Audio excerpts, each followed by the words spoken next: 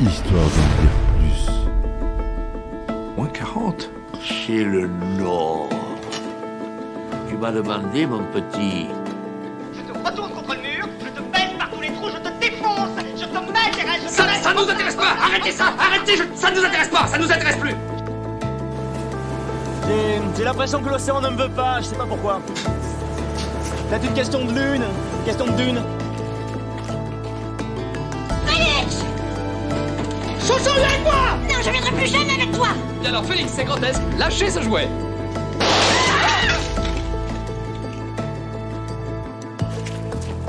Ça va être tout noir.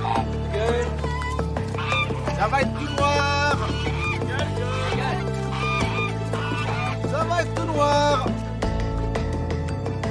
Enfin, le dernier mot. Vous, au moins, vous ne risquez pas d'être un légume, puisque même un artichaut a du cœur.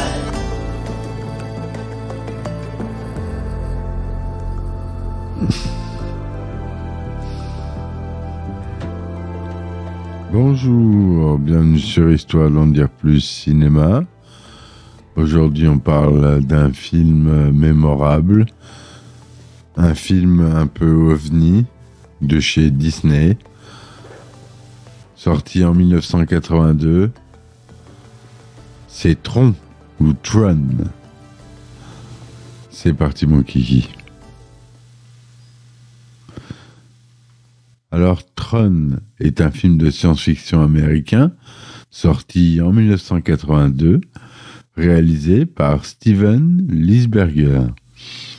Le film met en vedette Jeff Bridges dans le rôle de Kevin Flynn, un concepteur de jeux vidéo qui se retrouve piégé à l'intérieur d'un ordinateur après avoir découvert que son ancien patron a volé ses créations.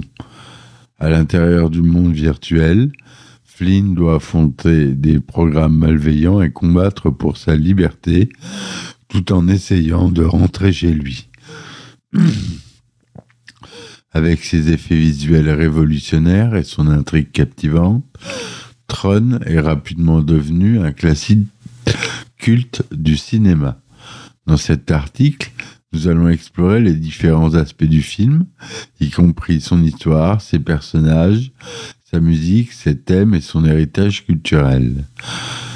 L'histoire de Tron commence avec Kevin Flynn, joué par Jeff Bridges, un concepteur de jeux vidéo talentueux qui travaille pour la société Encom.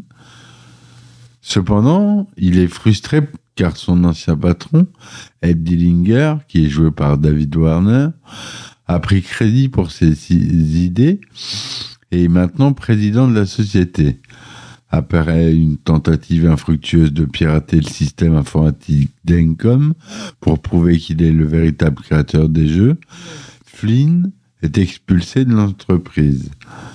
Quelques temps plus tard, Flynn ouvre une salle d'arcade où il passe son temps libre à perfectionner ses jeux vidéo. Il devient ami avec Laura Baines, qui est jouée par Cindy Morgan, et Alan Bradley, qui est joué par Bruce Boxleitner, deux employés d'Encom qui travaillent sur un projet top secret appelé Tron. Ce programme permet aux utilisateurs de s'immerger complètement dans le monde numérique. Et lorsqu'ils apprennent que Dillinger utilise Tron pour espionner leurs recherches, ils demandent à Flynn de les aider à trouver des preuves contre lui. Flynn accepte et tente de nouveau de pirater le système informatique d'Encom depuis la salle d'arcade. Pendant ce temps, Dillinger envoie son programme de sécurité Maître Contrôle Principal, ou MCP, pour éliminer toute menace potentielle. MCP capture Flynn et le téléporte dans le monde numérique d'Encom, où il sera forcé de participer à des courses de disques et des batailles contre des programmes hostiles contrôlés par Dillinger. Dans ce nouvel univers, Flynn fait équipe avec Tron, qui est joué par Bruce Boxleitner, un guerrier juste et courageux qui partage son désir de vaincre MCP et de rétablir l'ordre au sein du système. Ensemble, ils doivent naviguer dans ce monde dangereux, rempli de défis imprévus et de pièges tendus par Sark, David Warner, le bras droit du MCP. Au cours de leur voyage, Flynn et Tron recrutent d'autres programmes pour les rejoindre dans leur combat, notamment Ram, qui est joué par Don Shore, et Yori, qui est joué par Cindy Morgan une fois encore. Après plusieurs batailles difficiles, Flynn et ses alliés atteignent finalement le cœur de l'ordinateur central, où réside le MCP. Ils parviennent à déjouer ses plans grâce à l'aide de Dumont, joué par Barnard Hughes, un programme sage mais faible qui avait été corrompu par MCP. Une fois libéré de son emprise, Dumont restaure les souvenirs supprimés de Flynn, prouvant ainsi qu'il était bien le véritable créateur des jeux vidéo d'Encom. Grâce à ses preuves irréfutables, Dillinger est démis de ses fonctions et Flynn reprend sa place légitime au sein de l'entreprise. Le protagoniste principal de Tron est Kevin Flynn, interprété par Jeff Bridges. Flynn est un génie inventif et passionné qui croit profondément à l'importance de la créativité et de l'innovation.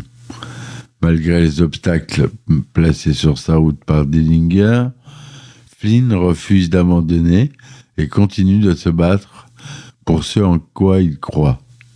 Son caractère optimiste et déterminé rend facile pour le public de s'identifier à lui et de soutenir sa cause. Un autre personnage clé est Tron, incarné, on l'a dit, par Bruce Boxleitner. Tron est un programme de sécurité intègre et loyal dont le but est de protéger le système contre les virus et autres menaces extérieures. Sa force physique et mentale, associée à son sens aigu de la justice, en font un leader naturel capable de galvaniser les autres programmes autour d'une cause commune. De plus, la relation entre Flynn et Tron illustre comme deux individus très différents peuvent trouver un terrain d'entente et collaborer pour atteindre un objectif commun. Ed Gillinger, joué par David Warner, représente le méchant typique de films de science-fiction, un homme avide de pouvoir et sans scrupules, qui n'hésite pas à trahir ses collègues pour assurer sa position dominante. Bien qu'il ne soit pas aussi développé que Flynn ou Tron, Dillinger sert néanmoins de catalyseur important pour l'intrigue du film, en motivant Flynn à entrer dans le monde numérique et à affronter ses propres créations. Il faut aussi parler de la musique du film. La bande originale de Tron a été composée par Wendy Carlos, connue pour ses contributions musicales dans des films comme Orange Mécanique et Un homme amoureux. Pour Tron, elle a créé une partition unique qui combine synthétiseur et orchestre symphonique, reflétant ainsi l'atmosphère futuriste et high-tech du film. La musique joue également un rôle crucial pour certaines scènes clés, telles que la course de disques ou la confrontation finale entre Flynn et Sark, où elle contribue à intensifier les moments dramatiques et à souligner l'urgence de la situation. Tron aborde plusieurs thématiques intéressantes, notamment la lutte entre l'homme et la machine, la question de l'identité et la valeur accordée à la créativité et à l'originalité. En montrant notamment comment Flynn doit affronter ses propres créations dans le monde numérique, le film explore les conséquences involontaires de nos actions et la responsabilité morale qui accompagne le processus créatif. De plus, en présentant des programmes dotés de personnalités complexes et nuancées, Tron remet en question la notion selon laquelle les machines sont simplement des outils sans âme à notre service. Héritage culturel du film. Depuis sa sortie en 1982, Tron a connu un succès considérable et a laissé une marque indélébile sur la culture pop. Non seulement il a popularisé l'idée d'univers virtuel immersif, longtemps avant que ces technologies ne deviennent réalité, mais il a également inspiré de nombreuses œuvres ultérieures, telles que The Matrix, Existence Z et Ready Player One. Par ailleurs, le design distinctif des costumes et des décors du film a influencé l'esthétique de plusieurs jeux vidéo, dont Wipeout, Race et Cell Damage. Trois bons jeux que je vous conseille.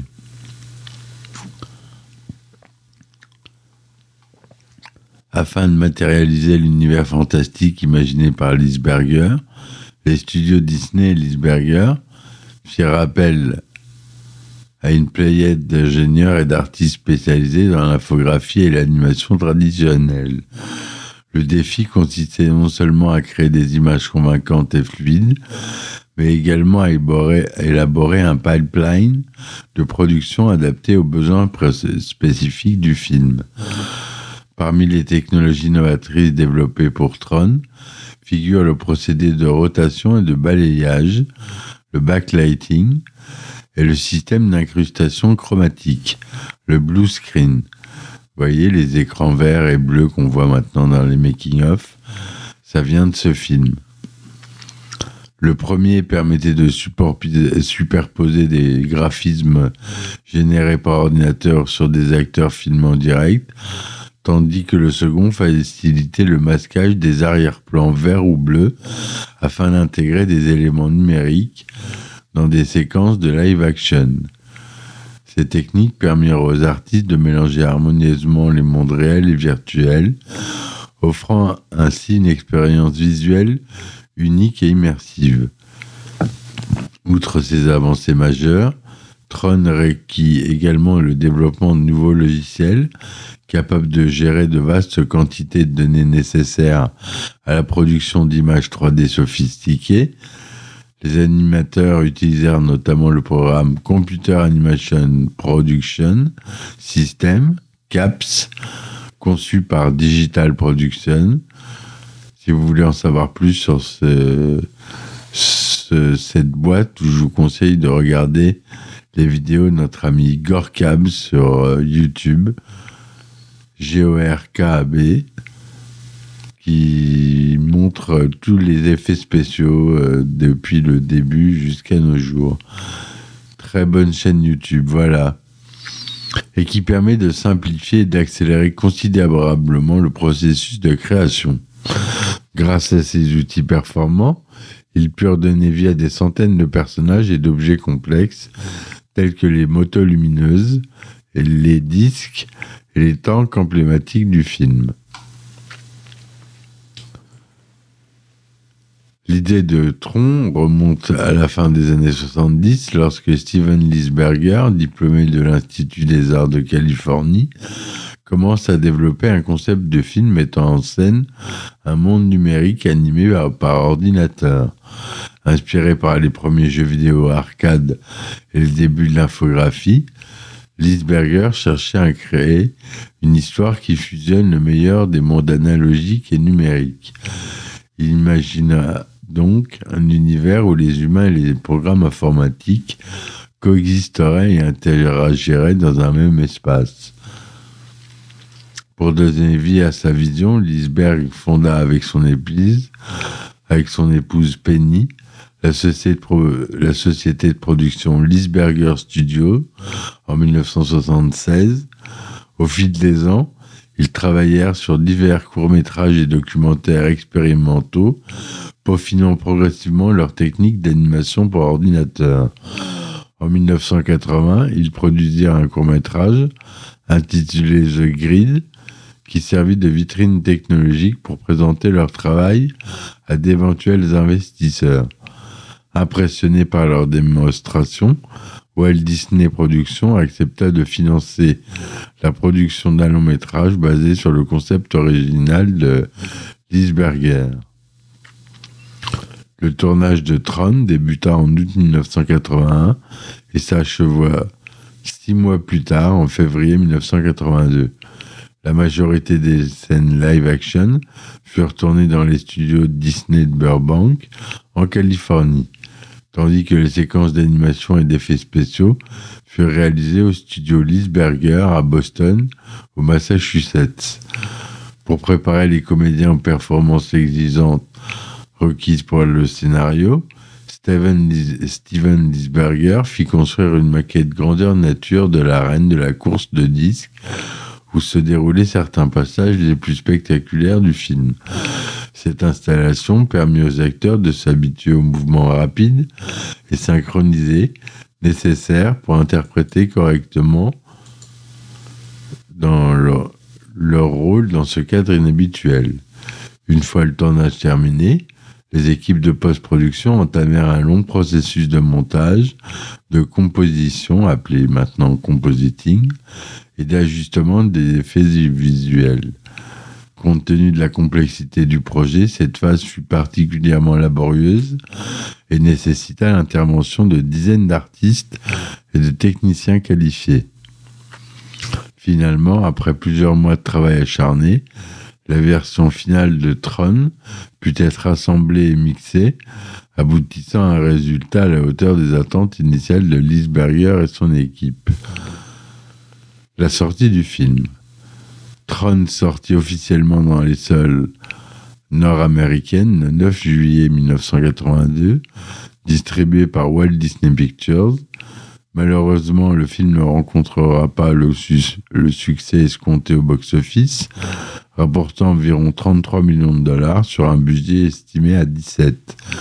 Néanmoins, il reçut un accueil critique globalement favorable, saluant notamment ses prouesses techniques et son audace narrative.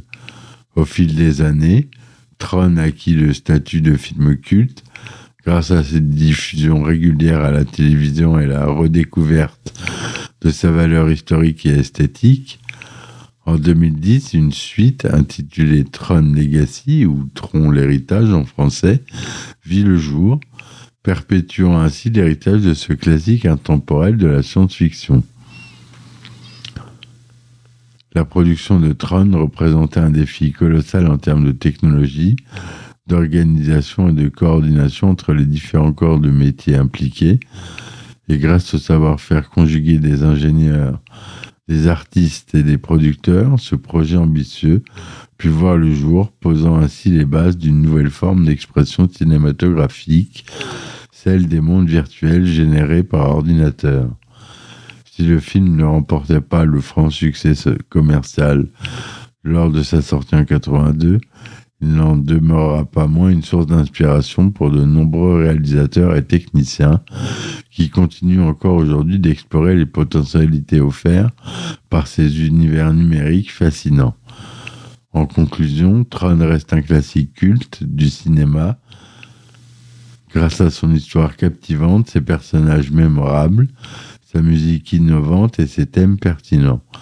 Que vous soyez fan de science-fiction, de jeux vidéo ou simplement curieux de découvrir un morceau important de l'histoire du 7e art, Tron vaut largement le détour.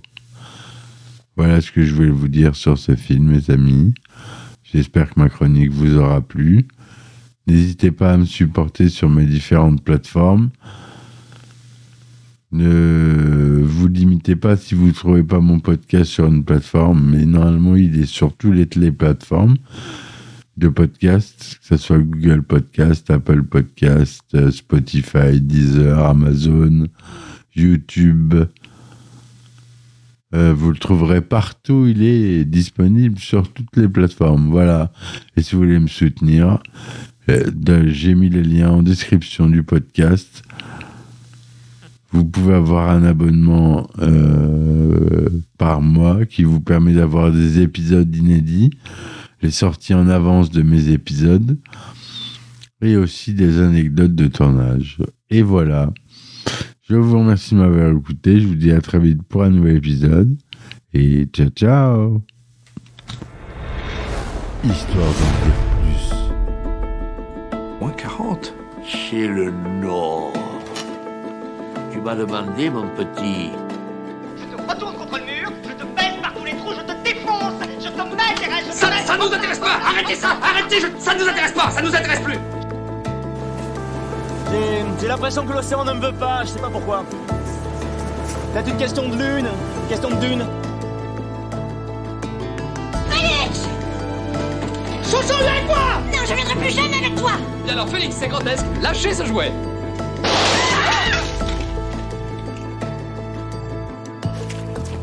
Ça va être tout noir.